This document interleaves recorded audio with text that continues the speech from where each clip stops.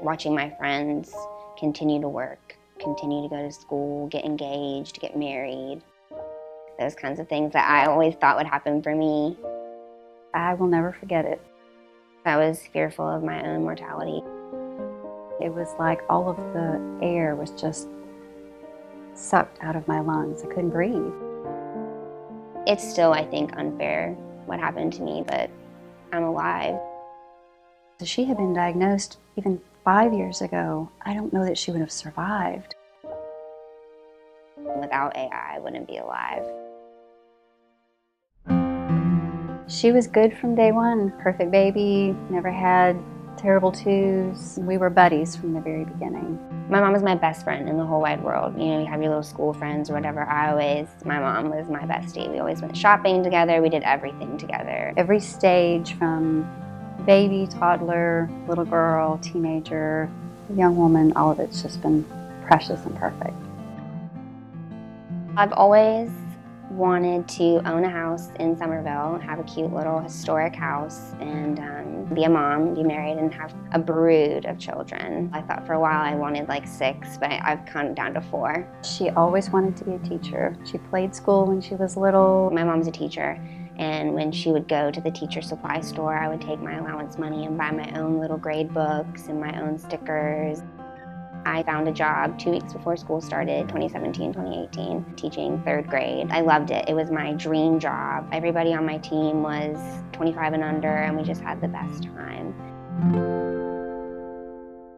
Everybody warned me. They said, you've done your student teaching, yeah, you've been in schools, but there is no sick like a first-year teacher sick. It was just that winter, 2018, and she caught a cold, she got the flu, and you just keep going like we all do. If you don't feel well, you go to work. We just kept thinking the next day she'll get better.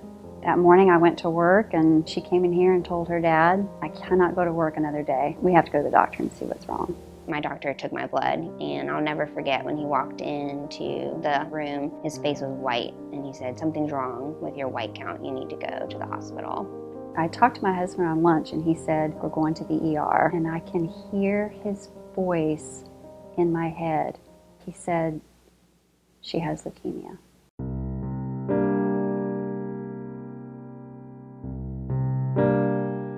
And it was like all of the air was just sucked out of my lungs. I couldn't breathe.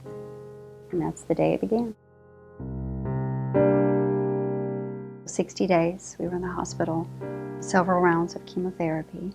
I was fearful of my own mortality, and I was fearful that I would lose my fertility and not be able to see that dream of becoming a mom come true. But, Mom said, take it day by day. And that really, I think, was what got me through. Did finally get her into remission. We were home for 2 weeks.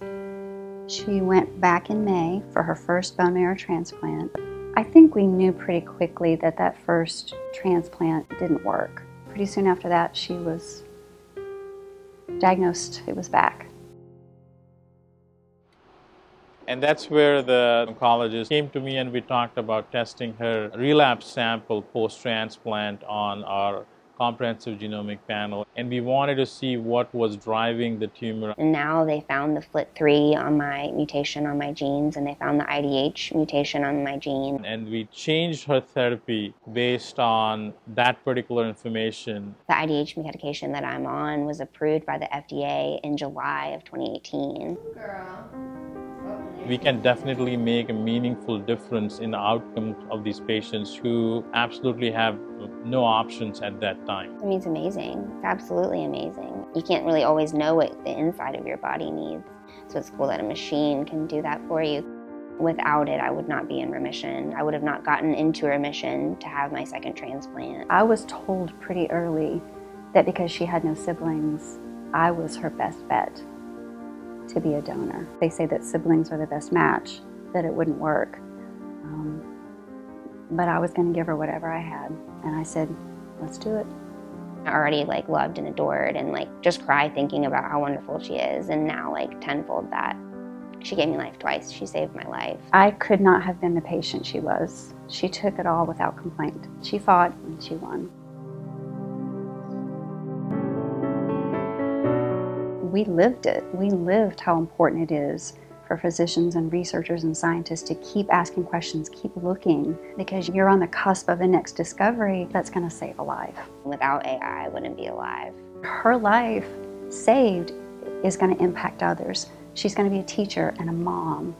Isn't that an amazing gift to give to the world?